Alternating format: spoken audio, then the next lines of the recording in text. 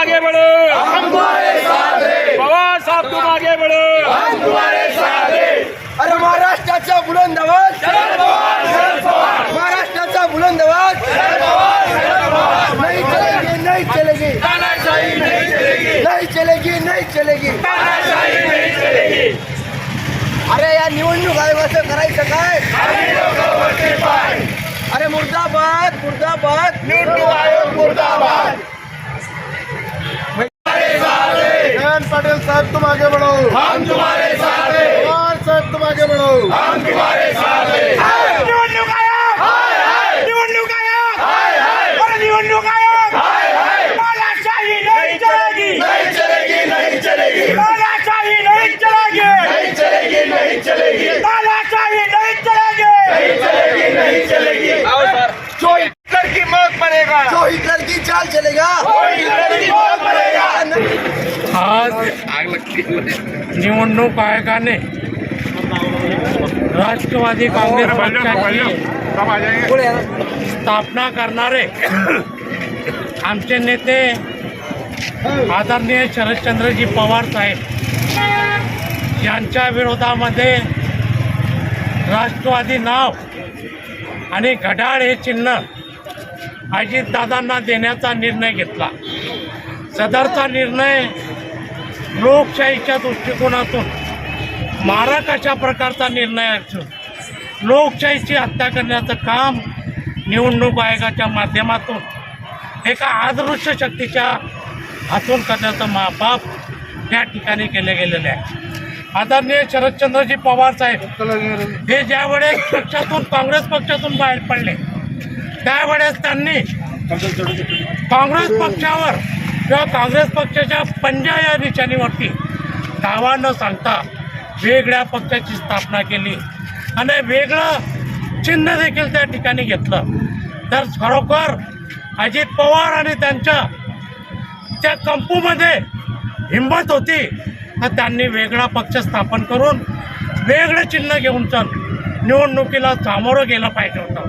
परंतु असा कुठल्याही प्रकारचा निर्णय अजित पवारांनी न घेता निवडणूक आयोगाच्या माध्यमातून लोकशाहीच्या हत्या करण्याचा महापाप या ठिकाणी केला गेलेला आहे। मी कार्यकर्त्यांना एकच सांगेन की आपला नेता हा लढवय्या अशा प्रकारचा नेता आहे। तो थकत नाही, तो थांबत नाही, तो हताश हातपात होत नाही, तो चालत राहतो त्यांच्या पावलावर पाऊल ठेवून। तर आपण देखील चालत राहूया। उद्याच्या दिवशी 4 वाजेपर्यंतची जी वेळ दिलेली आहे आदरणीय शरदचंद्रजी पवार साहेब आणि आपले प्रदेशाध्यक्ष जयंतराव पाटील असतील, सुप्रियाताई सुळे असतील, जितेंद्र आव्हाड असतील किंवा महबूबाई शेख असतील, जे आपले नेते मंडळी आहेत तो जो निर्णय घेतील ते जे नाव फायनल करतील ते जे चिन्ह फायनल करतील त्या चिन्हाच्या जोरावरती आपल्याला जे चिन्ह मिळेल ते घराघरात पोहोचण्याचं काम कार्यकर्ते आणि पदाधिकारी करावं अशा प्रकारचं आव्हान संपूर्ण कार्यकर्ते आणि पदाधिकाऱ्याला करतो। पुनश्च एक वेळेस या ठिकाणी निवडणूक आयोगाचा मी निषेध करतो। निवडणूक आयोगाच्या माध्यमातून एक हास्यास्पद निर्णय संपूर्ण देशाला पुन्हा एकदा पाहायला मिळाला।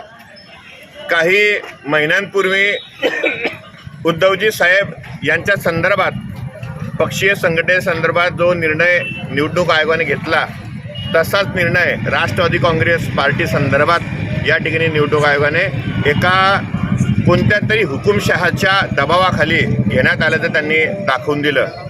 कारण विषय असा आहे की एखाद्या बापदादाने प्रॉपर्टी जमा करायची, त्याची वाद करून तो मुलगा घरातून निघून गेल्यानंतर ती प्रॉपर्टी त्याच्या नावावर करायची का, असा हास्यास्पद निर्णय नाईक बाब लक्षात घेता ते सुद्धा देऊ शकत नाही तो निर्णय निवडणूक आयोगाने दिला। म्हणजे पक्षाचे संस्थापक अध्यक्ष हयात असताना, संघटना त्यांच्यासोबत असताना ज्या वेळेस शरदचंद्रजी पवार साहेब हे राष्ट्रीय अध्यक्ष म्हणून घोषित झाले त्या पत्रावर आजच्या कथित एका गटाचे नेते त्यांची सही स्वतः असताना प्रफुल्लजी पटेल यांची स्वाक्षरी त्याच्यावर संमतीपत्रावर होती।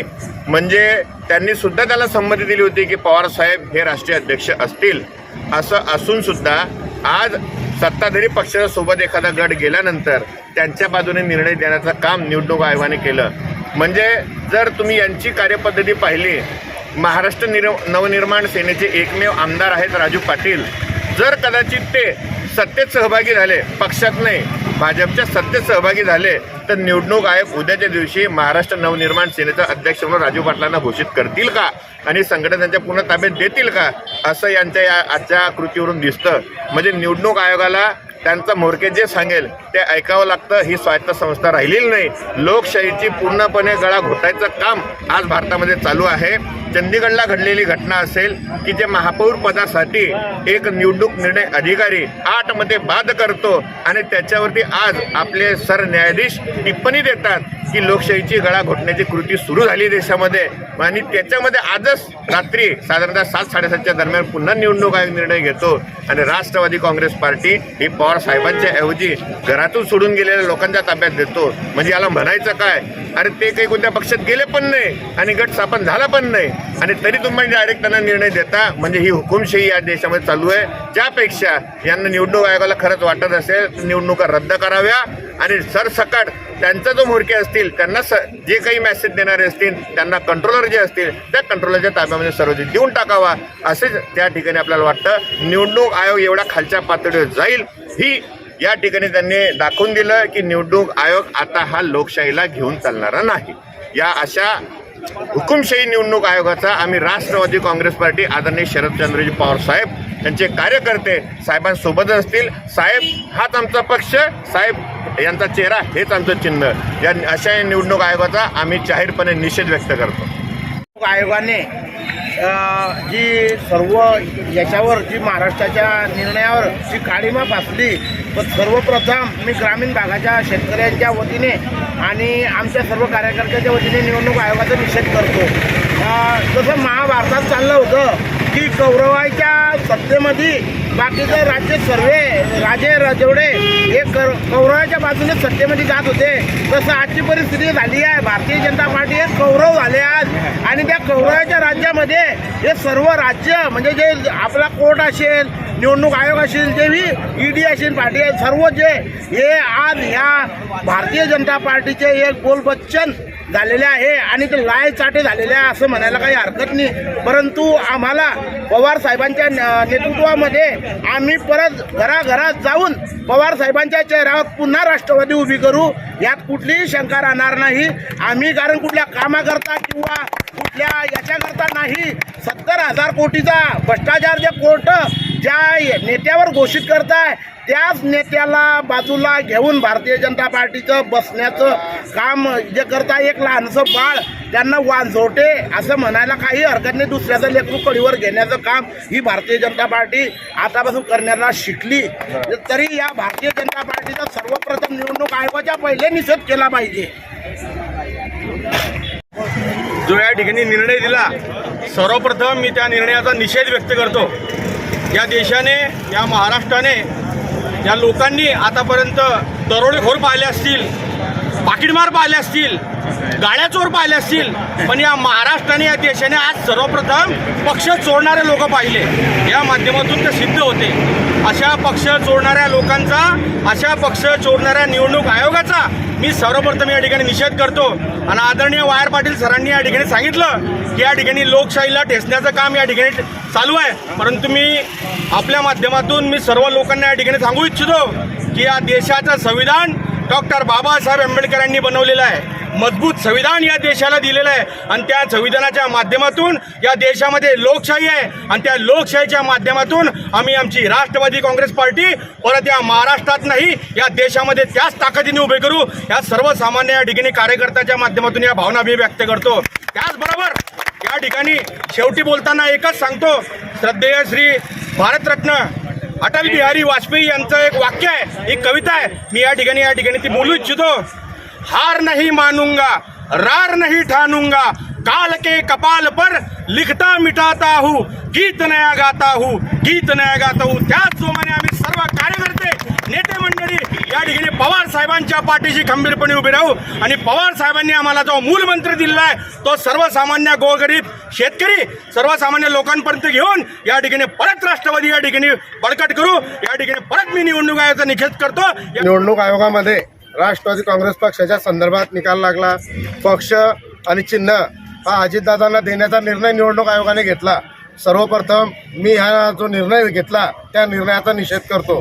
ज्या माणसाने संपूर्ण हयाती घालून 25 वर्षाच्या पूर्वी राष्ट्रवादी काँग्रेस पक्षाची स्थापना केली आणि त्या पक्षाला सर्व कार्यकर्त्यांना घेऊन या उभ्या महाराष्ट्रामध्ये शेतकरी, शेतमजूर, कष्टकरी व सर्व तरुणांचे प्रश्न सोडवण्याचं काम पवार साहेबांनी या देशामध्ये केलं. पण आज सध्या देशामध्ये दडपशाही सुरू आहे. एखाद्या माणसावर आरोप करायचे, भ्रष्टाचाराचे आरोप करायचे आणि त्यांनाच आपल्या पक्षामध्ये घ्यायचं, आपल्या पक्षाच्या सोबत घ्यायचं आणि त्यांना मंत्रिमंडळामध्ये सहभागी करायचं. मी तर सांगू इच्छितो, महाराष्ट्रामध्ये बाप चोरणारी टोळी सक्रिय झाली आहे.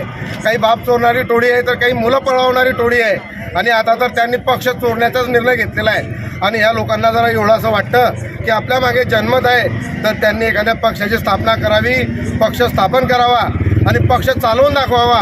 आयत्या बिळावर लागू होऊ नये. पवार साहेबांनी संपूर्ण आयुष्य घालवून या लोकांना 15-15, 20-20 वर्ष मंत्रिपद दिले, आमदार केलं, खासदार केलं, काय कमी केली.